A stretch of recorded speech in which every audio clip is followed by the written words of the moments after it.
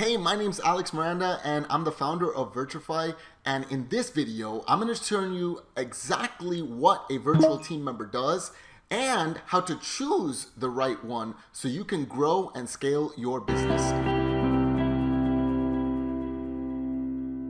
Some people will call them virtual assistants, but we call them virtual team members because they are professionals with college degrees that do more than just assist. And in many cases, they can manage and grow parts of your business. So it's a lot more than just an assistant, okay? So what virtual team member should I hire first, right? So first, we're just gonna start with what they do. And I love this topic because we've helped literally thousands of businesses like yours hire virtual team members. And so the first hire that you have to take on is what's called an administrative assistant or an executive assistant, okay? You gotta delegate administrative tasks like emails, calendar scheduling, maybe even some project management, account management, or ordering stuff, basically like admin stuff, right? I have a virtual assistant building reports for me, right? This executive virtual assistant tracking KPIs, basically organizing my world. Even some of my personal stuff like, hey, I need help adding this to my calendar, or, those kinds of things. Those are perfect for an executive assistant to help on the administrative task, right? Other things might be like adding leads to your CRM or taking care of marketing things like small marketing tasks. This is like a right hand. It's like they become your right hand. They know pretty much all of your business. And I'll be honest, over time, this person actually became so integral and part of me and my business life. For lack of a better word, they're like my COO. And God forbid if my executive assistant left tomorrow, I would be lost. That's how important this person will become to you. All right, those are the administrative tasks that help us run our business or help us be entrepreneurs. And they're not like, things that you do as a CEO or a founder or a leader or a manager of your department, right? You don't need to be doing some of this stuff. So very first and probably the most valuable thing is just getting all of the administrative tasks off your plate and hiring an executive assistant, all right? Now, as your business grows and scales, you might need what's called a virtual marketing manager. This is marketing tasks, right? Think of the marketing coordinator or a social media coordinator or even a designer, video editor. These are kind of put into this sort of marketing management type position. This is somebody who can, they may be able to get into Canva and create some flyers for you, or do some social media posts, or manage your CRM or your email marketing, right? And basically help you with driving messages out to your customers, doing reviews, right? Things like that, right? That's the marketing virtual assistant, okay? So now, the third one, right? This is really this is a category in and of itself. It's customer service, but if you own an agency, you call them account managers or a project manager. Different industries will call them different names.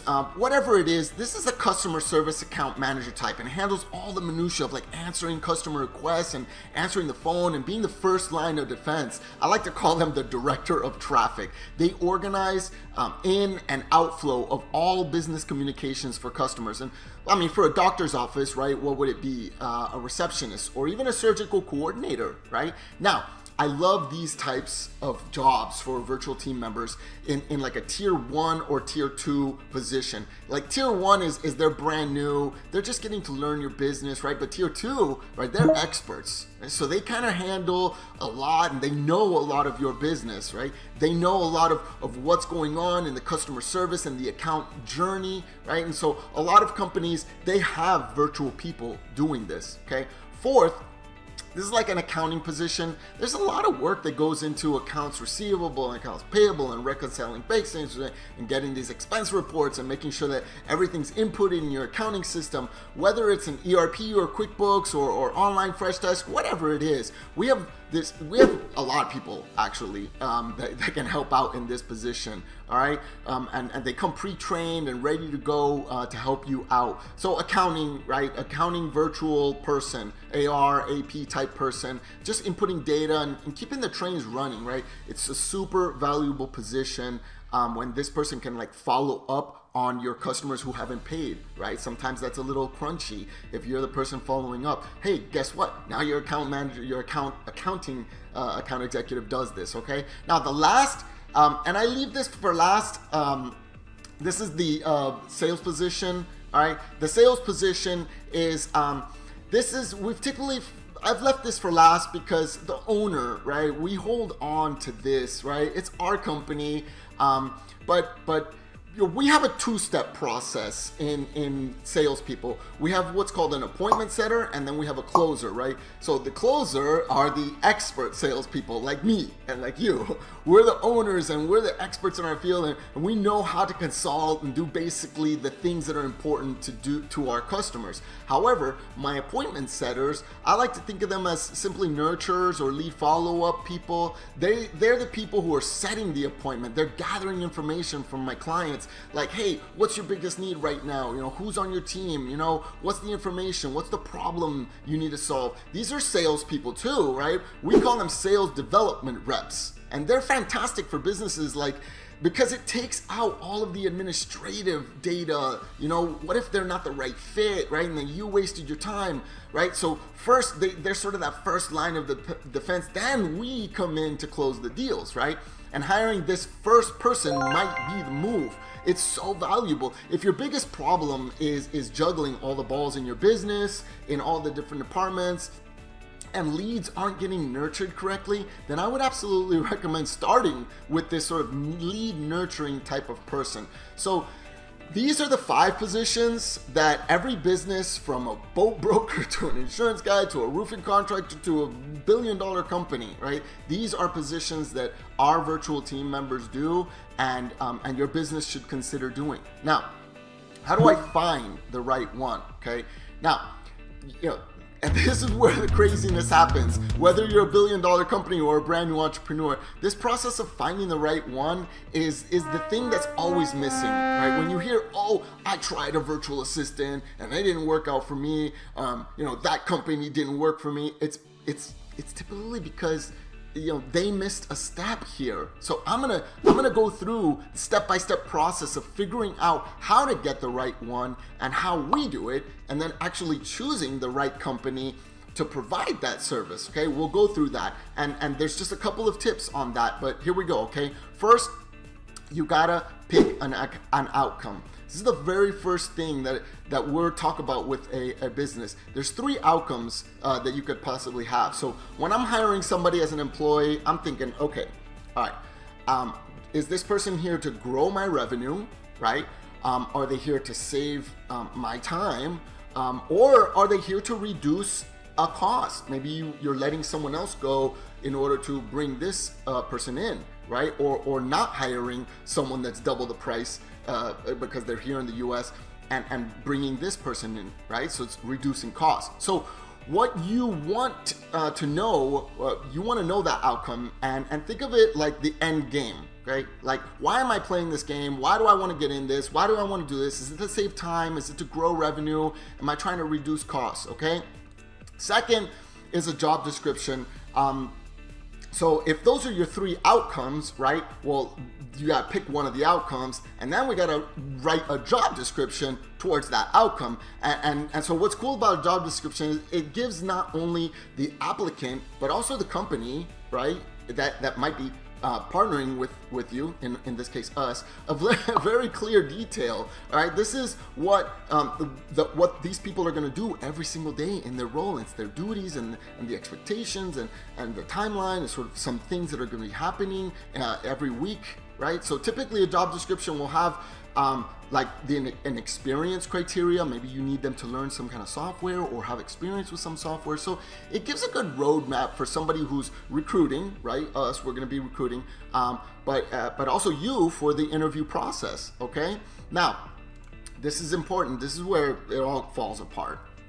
The next thing is you need to ensure that you have a defined system and process for your job description. My friend owns Little Caesars Pizzas, and there's an exact manual on how to create a pizza, right?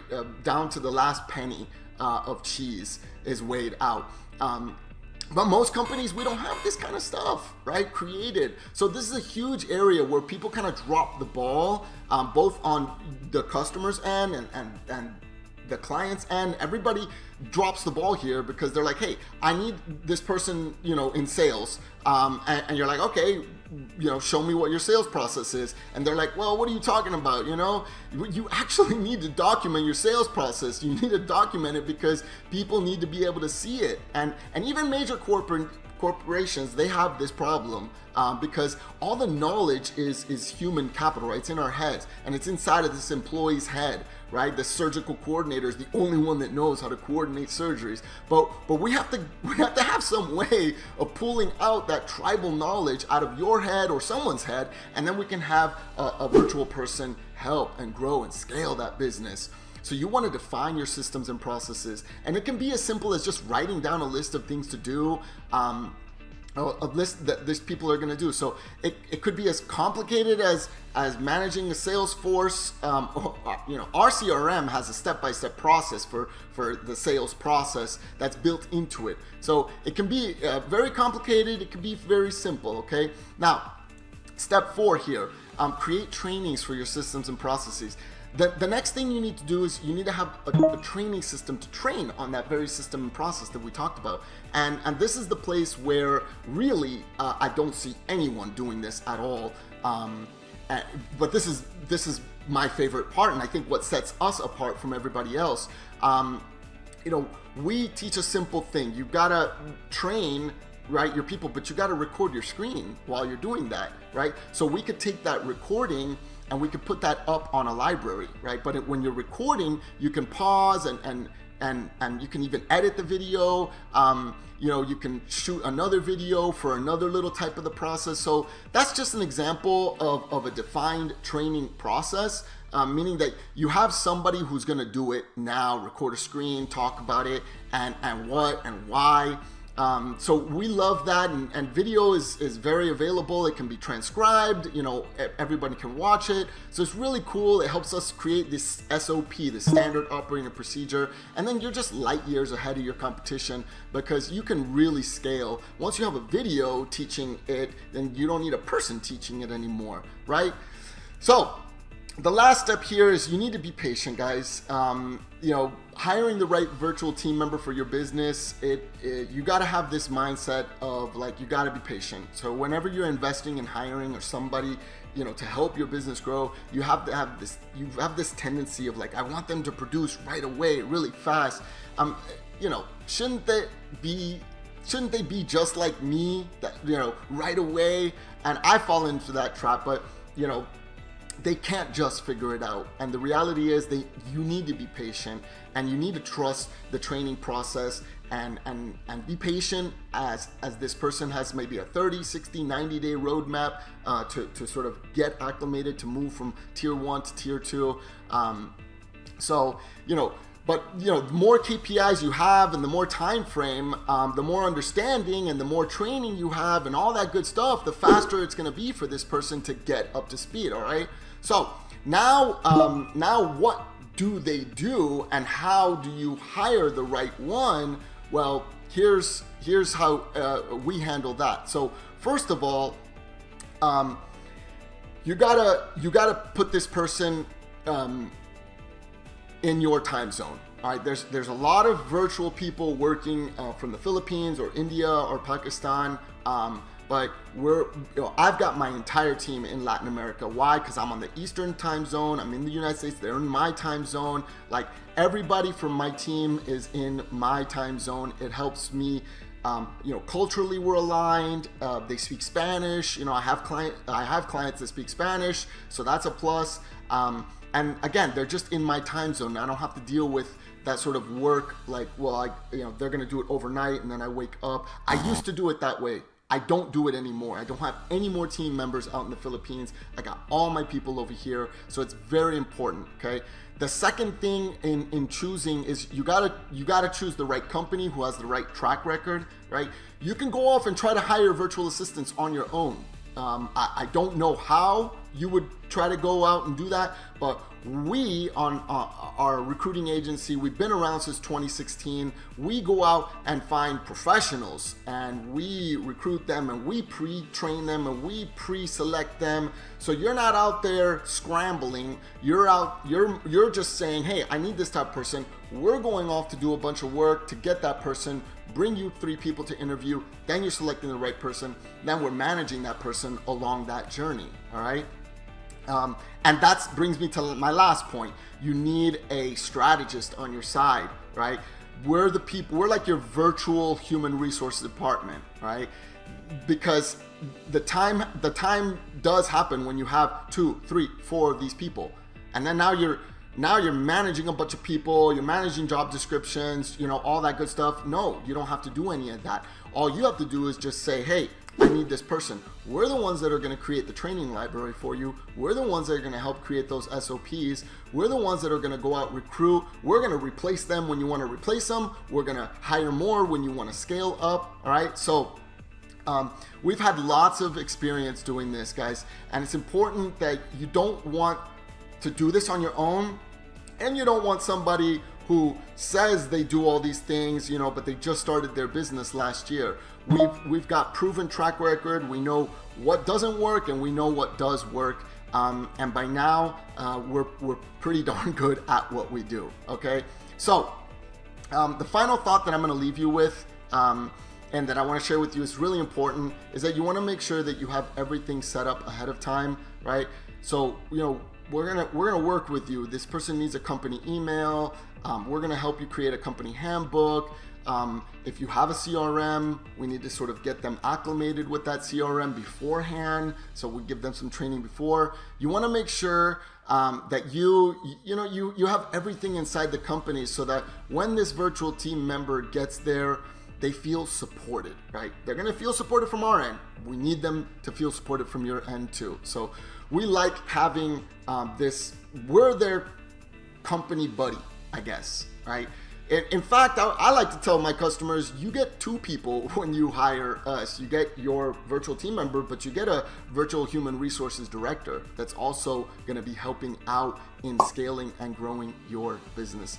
And so, what do you want to do? And by the way, we coach clients on this all the time. So, you want to share your culture. We're going to grab some of that culture, your founder story, all that good stuff. We're going to get all of that. We're going to understand your departments and all that good. We're going to just really become almost like owners of your company. Well, we are your HR department, right? So we're your strategists, and we're going to set all of this up for you and just be there along the journey of you building your virtual team. And the more you can do all these things, it's the more likely that you're not just gonna survive, you're gonna thrive in building virtual teams, okay? And if there's any questions or comments or concerns, whatever it is, I'm here to support you. So hopefully you scheduled your discovery call already with us. If not, go schedule that discovery call. But we'd love to walk you through this and maybe share best practices specifically for your industry, because every industry is a little different. There's little nuances in who's going to do what and what those positions are called. But we've worked with thousands of customers in hundreds of different industries. So it's very likely we've already trained up and hired and fulfilled on someone in your industry. Now, if you've watched this video so far, it's likely that you're absolutely in need of a team member, and we want to help you. But the number one reason why people don't move forward is because of fear and uncertainty. And I don't want that to be you. So whether you're a $1 billion company that needs 100 virtual team members, or a new business, or a $1 million business that's growing and scaling, you need to build virtual teams, and we're here to support that. I've got a dedicated team, and their job is to help put together a step-by-step strategy to help you grow your business using virtual team members and to scale so you can buy your time back and grow your revenue and reduce your costs. These are all the things that we deliver here at Virtrify, and I want them to be the things that you also experience as you're going through the journey of building virtual teams.